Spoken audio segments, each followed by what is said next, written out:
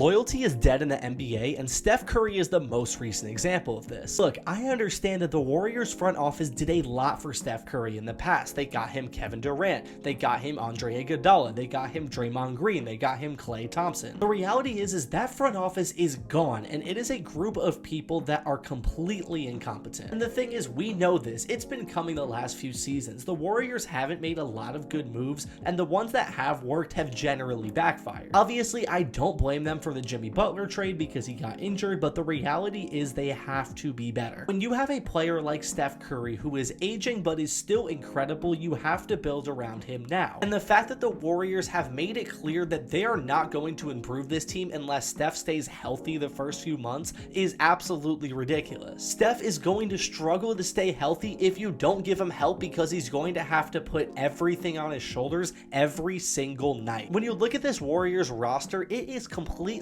barren and devoid of talent. Yes, they have a bunch of decent young players, but either they're unhealthy, or they haven't reached their potential, or they're not even that good. And if you're really putting all of your faith into your guys like Yaxel Lindenberg or Brandon Pajemski or any of those guys, this team just isn't going to go far. And that's no disrespect to those players. They're just not at the level you need for a championship team. Yes, they have Al Horford. He's 40 years old. They have Jimmy Butler, who is 37 and is going to be coming off a major injury. And of course, you have Draymond Green, who obviously still holds importance in the Warriors organization, but this is not the same guy anymore. It's just embarrassing to know that Steph Curry is still playing so well, and the front office is treating him as if he's not. When you look at other stars who aged really quickly, I understand why they wouldn't get help. Guys like Dirk, guys like Kobe, who had to deal with a lot of injuries, and at a certain point, I would understand why a front office wouldn't want to build around those guys. Sure, it was Dirk. Sure, it was Kobe, but those guys had obviously regressed. Steph Curry has not regressed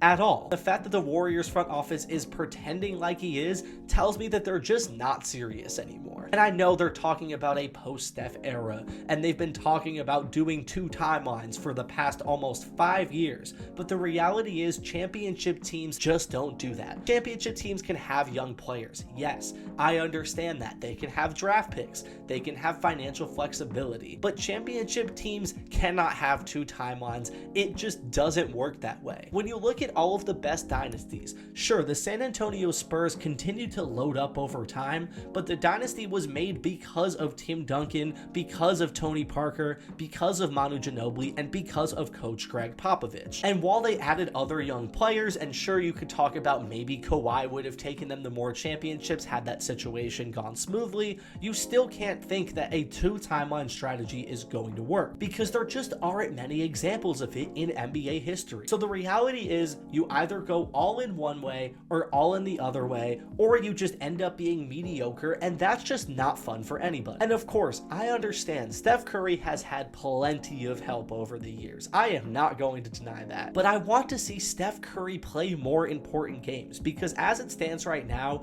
if he were to sign an extension with the Warriors and they just run it back, I don't know how many more important games he has left. And when I say important games, I mean playoff games, I mean play-in games, I mean regular season games for seeding, I mean elimination games. I don't know how many more games Steph Curry has where he's going to be playing with any type of stakes. Obviously, he's still going to be good, he's still going to be fun to watch, but I don't want to see Steph Curry right away playing games for a team that goes 32-50. I just don't.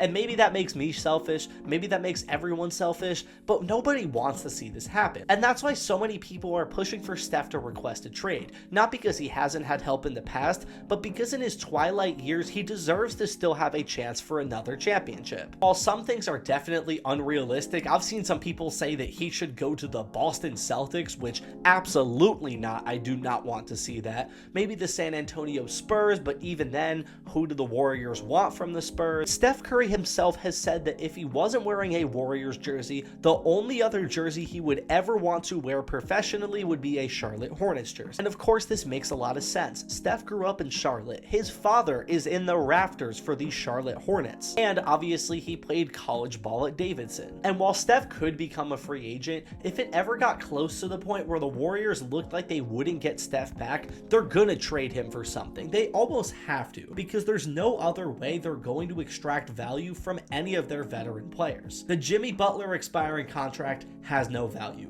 Draymond's expiring contract has pretty much no value. Despite the fact that he's older, he's more expensive, it's still Steph Curry, and you're still going to get a very good package for him. So my advice is that the Warriors just need to select a direction. You can't do the post-Steph era while you still have Steph. It's one or the other. Either you mortgage a few of your future assets to go for a championship, or you give Steph Curry what he deserves, which is going to a team that at least has a chance of contending, or you send him to the Charlotte Hornets, which he's wanted to play for his whole life.